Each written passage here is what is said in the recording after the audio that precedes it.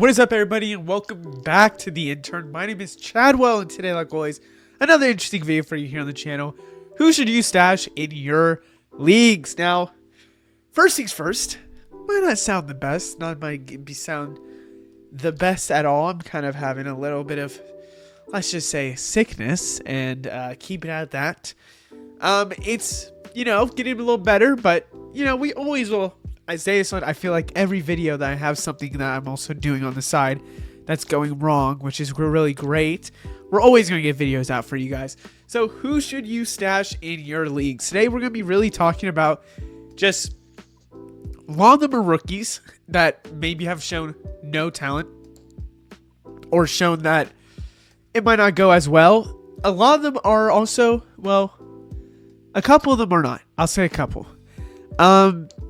We're going to just talk about it. We're going to go through why, go through the situations they're going through, and why they could be good stashes. Now, granted, a lot of these are like rookies that were drafted pretty decent this and last upcoming draft.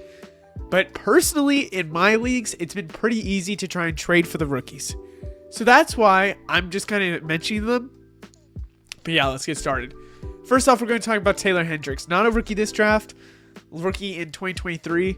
I gotta be honest with you, it sucks, and this was a little worrisome because of the, torn everything, broken leg kind of thing that Taylor Hendricks had to do with the Jazz. The Jazz is a questionable situation because you don't really know what's going to happen with the Jazz because obviously the Jazz are getting more draft picks, whatever. Taylor Hendricks, before his injury, was a clear person that they trusted for the Utah Jazz. He's a great 3-and-D wing. Kind of 3. Great defensive guy, can score. Taylor Hendricks, at the bottom of the floor, will be a starter in this league. I truly believe that, and here's why. And he has a pretty high floor with a pretty low ceiling. Taylor Hendricks is what every NBA team needs in today's basketball. Defensive, scoring abilities, and can really just play athletic. That's what today's NBA needs. And I think with his skill set of getting stocks for you, being able to score the ball, Taylor Hendricks fits a lot of the description on what a star could be in this league. And you got to think about the full situation. Utah Jazz, you don't know what's going to happen with this upcoming draft lottery. You don't know what's going to happen with Laurie. They are still going to work out a lot of their players. They're still going to continue to build on a lot of their players. Taylor Hendricks is going to be right up there. And I truly believe that, and I have to believe that Taylor Hendricks is going to be a key player potential for them. So it's a good stash because right now he's a big buy low. Up next is Ron Holland.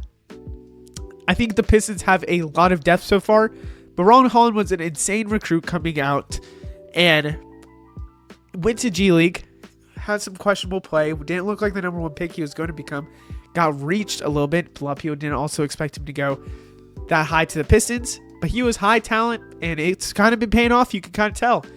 I truly believe Ron Holland is going to be a key piece in a Pistons trade to really get a superstar. On the other hand, if not, someone else will be moved, and Ron Holland will step up. I also believe, push come to shove, they kind of really need a power forward position. That could be Ron Holland in the future. My nose is trying to blow his nose. Blow it. Oh. My nose is trying to blow? Pause? Whatever it might be. I just feel in my gut. Ron Holland is somebody that can play defensive, can be athletic. It's the same thing with Taylor Hendricks. Very athletic.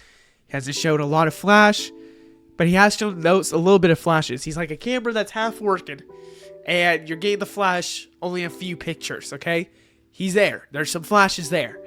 And I have to say that for the Pistons, there's just a lot of routes he could go to get time and get minutes to really develop him. Up next is Cam Whitmore. Speaking of non-rookies, Cam Whitmore is somebody that I think got screwed when it came to the draft. The Houston Rockets, it still shows to this day, got one of the best drafts in 2023. Cam Whitmore is somebody that has such a high ceiling that it's crazy to see that the Rockets haven't done anything. But you know why? Because he's going to be number 1 when it comes to a trade package. I could see the Suns when they trade Devin Booker or Kevin Durant. They might ask the Rockets for some picks and Cam Whitmore. I'm just saying. Cam Whitmore is that talented, and Cam Whitmore is an athletic guy that, think of whatever Jaylen Brown can do, Cam Whitmore can do exactly that. I truly believe in Cam Whitmore, and I think it's a good stash for how he's come so far. Up next is Devin Carter. Now, he's a higher draft pick in the 2024 draft, but I've seen a lot of people kind of not look at Devin Carter and be excited about Devin Carter because of injury and because of what's going on with him. Now, Devin Carter, truthfully, shouldn't be getting on this. I think when you're looking at the future of the Kings, let's just say 2 years, there's a lot of questions with, maybe Malik Monk in the stance that he might with the team, might request trades, bonus too. No matter what, they're going to need defense and at the guard position. And I'm not even saying Keon Ellis is enough. They have to have a playmaker as well. Devin Carter can do both of that with a little bit of rebounding. And if that's the case, Devin Carter does look like the future point guard right now for the Kings. Now, obviously, there can be movement. There can be stuff that change. But Devin Carter, as of right now, looks like a future piece for this Kings team. And he works well with this bonus. You have to think about play more defensive, being able to play off ball. That's great with Sabonis. And I think Devin Carter is somebody that works well. And when you're thinking of your stock intake, you're thinking about efficiency, Devin Carter is your guy. Up next is Isaiah Collier. Now, I do have to say, this was an iffy one, and I almost debated not putting him on here because it was so iffy. Isaiah Collier is a sell high situation for me right now. But when it comes to it, I think he's also a stash. I don't think that Isaiah Collier is going to be a superstar all-star in this league. Do I think he could do exactly what he's doing and a little bit more right now? Yes, but in these next few years, he's not going to.